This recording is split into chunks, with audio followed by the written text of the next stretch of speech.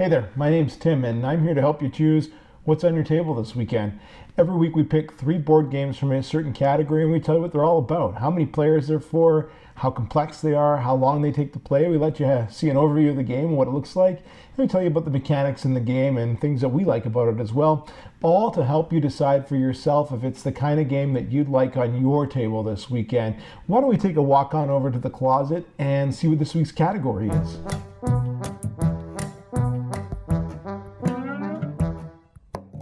So for Valentine's Day, we did a special episode about games that are enjoyable at a 2-player count. Now the thing is this, is that episode wasn't really about games that were just for 2 players. They were just about games that could be for any number of players that we've enjoyed playing at a 2-player count.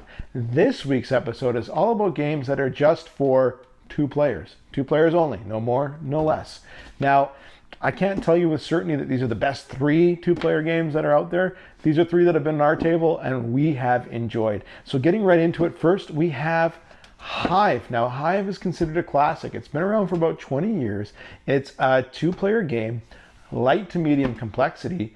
The box says it takes about 20 minutes to play, and you know what? We find it takes about 20 minutes to play. If you have a new player at the table, I'd recommend adding about 5 minutes to your budget to explain. It doesn't take long to explain. 5 minutes, 3 minutes, you'll be playing pretty quickly. Hive is actually a fairly simple game to learn, teach, and play. Each player has 11 of these insect tiles, and there's different types of insects here. So we have the queen bee, we have a grasshopper, an ant, a spider, amongst others. And each insect is able to do different things and move in different ways once they're on the board. Now the game starts with each player placing one of their tiles touching one another. And then from there, each player alternates taking turns. Now on your turn, you can do one of 2 things. You can either place another one of your bugs into the hive, so long as it's not touching any of your opponent's tiles, or you can move one of your bugs that's already in the hive. Now the goal of the game is to completely enclose or entrap your opponent's queen bee piece. So that's where moving becomes important. Each bug can move in different ways based on the type of bug they are. So for instance, the grasshopper can jump to the next available space in a straight line, just like that. And maybe, for instance, the spider can move up to 3 spaces. So the queen bee can move up to 1 space. The only rule that you have to watch when you're moving is that you can't make any piece become an island unto itself. It has to be touching the whole hive. Now, like I said, the game ends once one of the queen bees is completely surrounded by other tiles. And the mechanics in Hive are obviously, you have tile placement, enclosure by enclosing the queen bee and winning that way, pieces as the map, because these tiles actually serve as the map that you play on, 3D movement, because there is one type of bug that can go on top of other bugs, and slide/push.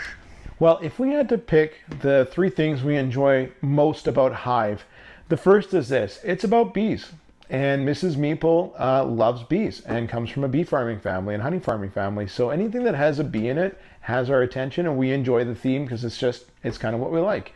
Another thing that we really like about it is that it feels like chess. When you're thinking about what you're doing, it feels the same as you feel when you're playing chess and you're thinking about your next move. The only trade-off is that it doesn't take as long to play and it's just not as complex. So it's a good option if you want something that has that type of thinking attached to it, but is quick to set up and quicker to play. The last thing I like about it is just how portable it is. Our version comes with this handy little travel bag that you can put all the tiles in and take with you anywhere. Super easy to travel with if you want to take it with you on the road.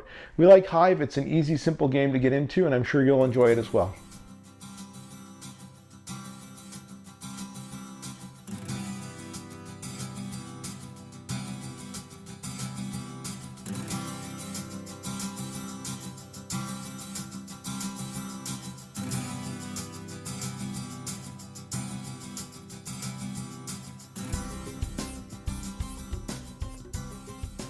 Our next game for just 2 players this week is a recent popular choice in this genre, Watergate. Now, as we've indicated, Watergate is a 2-player game. Complexity is a light to medium. The box says it takes 30 to 60 minutes to play. We have found that it takes about 25 to 40 minutes to play. I'd add about 10 minutes if you have a new player at your table. Watergate is all about, you guessed it, the Watergate scandal. So one player takes on the role of the Nixon administration. The other player takes on the role of the journalist. Now the way it works is that each round is going to consist of players drawing cards and playing them. So the player who has the initiative, so in this case the journalist, will draw 5 cards, and the other player will draw 4 cards. So whoever has the initiative actually has an advantage of playing 1 more card in that round. Now, when you get to play a card from your hand, you can do different things with it. You can try to manipulate evidence, you could try to gain initiative for the next round, or you can try to win this red momentum marker. Basically, when you play the card, they can do different things. So for instance, this card here, there's a number 4 on the top of it, and yellow with a little marker. So that means I could either use it to move one of these evidence markers that has yellow on it 4 spaces towards my side of the board, or I can use it to move one of these discs 4 spaces towards my side of the board. Now I can't use it to say move 1 disc 2 spaces, another disc 2 spaces. You have to commit all 4 moves to one object, either the evidence token that's here or the disc that's there. Now the other thing you can do with each card is you can play it for the event. So in this case it says secure the support of James McCord. So around the board there are 7 different informants, and whoever can get to them first, either Nixon or the journalist, will secure their support. So if Nixon can get to them first, like in this case with James McCord, his picture will end up redacted with all that black on the bottom of it, and that means that Nixon got to him first, and now the journalist can't get to him. If the journalist gets to James McCord, then it shows face up, and it goes there. So you can also use the card to play different events. Now a lot of these events are pretty powerful. They're more powerful than playing the card for the number up there. So once you've played them, it actually gets taken out of the game.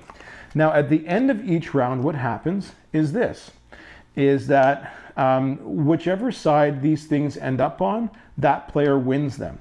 So in this case, if you win an evidence token, see this one is yellow and green, there's yellow and green spots here, you have to place it face up if you're the journalist in either a yellow or green spot. So let's say the journalist won all 3 of these tokens, they now can connect James McCord all the way to Nixon in the middle because they placed it on spots that connect him. Now if Nixon wins an evidence token, it actually goes on the other side and gets redacted, and that particular spot is closed out to the journalist. They can no longer use it. Now, whenever somebody wins this red momentum token, they place it on their player card in the highest or lowest number slot. So this is the first one Nixon's won, so he's going to put in the number 1 slot here. Whoever has the white token wins initiative for the next round. So in this case, Nixon will be the one who gets to draw 5 cards in the next round, and the journalist will have to draw 4 cards instead. Now, the goal of the game is this. If you're Nixon, you want to get 5 of these red markers, so that way you win an extra term in office, or you run out your term before you can get caught in the Watergate scandal. If you're the journalist, you want to be able to connect at least 2 of these informants with evidence to Nixon. Whoever can complete their objective first wins the game.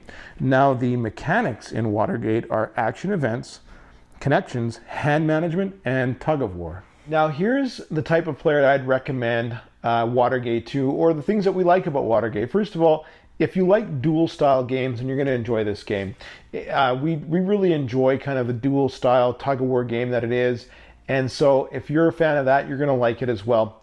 The other thing I like about this game is that you don't actually have to like politics or history to really like this game. I'm able to take it out and play it with people who really don't care about politics, and they enjoy it. It's just a good 2-player game, even if the subject matter doesn't interest you. So if you're somebody who has an interest in that subject matter and you need a game that is going to capture your attention for that reason and yet be playable with somebody who might not enjoy that genre as much, this is a great choice. Last reason why we love this game, it's a spectacular filler game. It's a great game to start or end your night with. It's easy to get out and play, and the challenge of it is always really good, and no 2 games are alike. So as a filler game, it's awesome. If any of those 3 things appeal to you, then I'm sure Watergate will be a great fit on your table as well.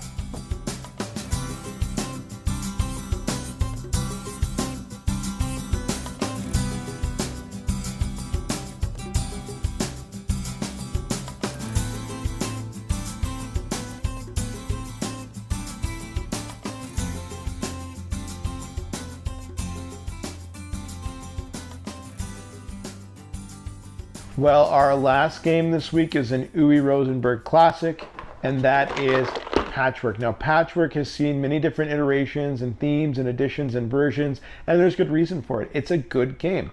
It's a 2-player game of light complexity. The box says it takes about 15 to 30 minutes. We find we're done probably within about 15 to 20 minutes tops. I would add about 5 minutes if you have a player that's new to this game at your table. Patchwork is a 2-player game where each player is basically taking different pieces of fabric of different dimensions and using it to patch together their own quilt. Now, the way that that happens is that each player has a grid in front of them that's 9 spaces by 9 spaces, and they're going to take turns buying pieces off the table to add to their quilt. So basically, when it's my turn, I go from where this pawn is, and I could buy any one of the spaces that's up to 3 away in a clockwise fashion from this pawn. So basically that means I could either buy this piece, or this piece. Now, currency in this game is in the form of buttons, and each piece actually has a cost in buttons. So let's say I bought this piece here. It says in the piece that the cost is 1 button. So I'd pay my 1 button to the bank, and I would take this piece and I would add it to my quilt. Now, each piece also has a time cost. This one says it costs 4 spaces of time. So I would take my yellow pawn, so I have the yellow board here, and go 1, 2, 3, 4 spaces. Now, every time I pass a button on this track, I get to collect currency or collect income. And the currency in this game is actually buttons. So when you pass it, you count how many buttons are on your quilt and you take them. So 1, 2, 3, 4, 5, 6, 7, 8, 9. I would get 9 buttons income at that point. If you're the first person to pass one of these single patches, then you can pick it up and add it to your quilt. And then once you get so far as to the point that you reach the end, then you can't take any more turns and you have to wait for the other player to take their turns as well. Now, if when building your quilt or patching together your quilt, you're able to cover off a complete 7x7 portion of your 9x9 grid, you're going to take this bonus tile and you're going to get 7 extra points at the end of the game. At the end of the game, you have to actually pay 2 buttons for every space you didn't fill, and then whoever has the most buttons at the end of the game wins. So if you're not careful, you could actually end up with a negative score. Now, the mechanics in Patchwork are grid coverage, income, tile placement, time track, and victory points as a resource. Well, if I had to pick 3 things that we really like about Patchwork, the first would be the fact that it's like a puzzle game. You've got your 9x9 grid, you have all these different pieces, and you have to try to fit them in where you can. You know, if you're a fan of a game like Tetris, you're gonna like this game. If you like other games where puzzles and you gotta try to fit pieces, you know, where you can fit them in and as best as you can, this is a great game for you. Another thing that we really like about it is the fact that you can end up with a negative score. It makes for some very interesting decisions towards the end of the game. It makes for some very interesting outcomes at the end of the game, and it makes it more enjoyable that that can happen. And it makes it, you know, once you tally up your scores and you start comparing them, it generates conversation about what happened and why that might have happened. It makes you want to play again.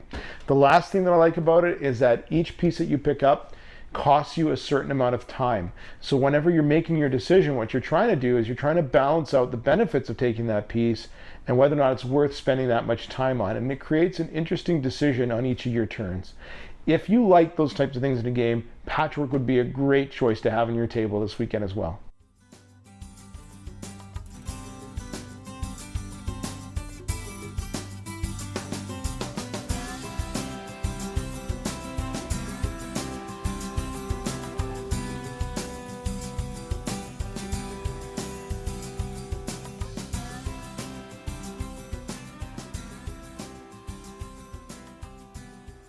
Hey, that wraps it up for another week here on What's on Your Table this weekend. You know, I hope you enjoyed hearing about these games for just 2 players, as much as Mrs. Meeple and I have enjoyed playing them together over the years. You know, if you liked this video and you want to see more like them, why don't you go ahead and hit that subscribe button below, or even better, click that little bell so that we can get a notification every time we have a new episode up, or comment, join the conversation, and tell us what's on your table this weekend.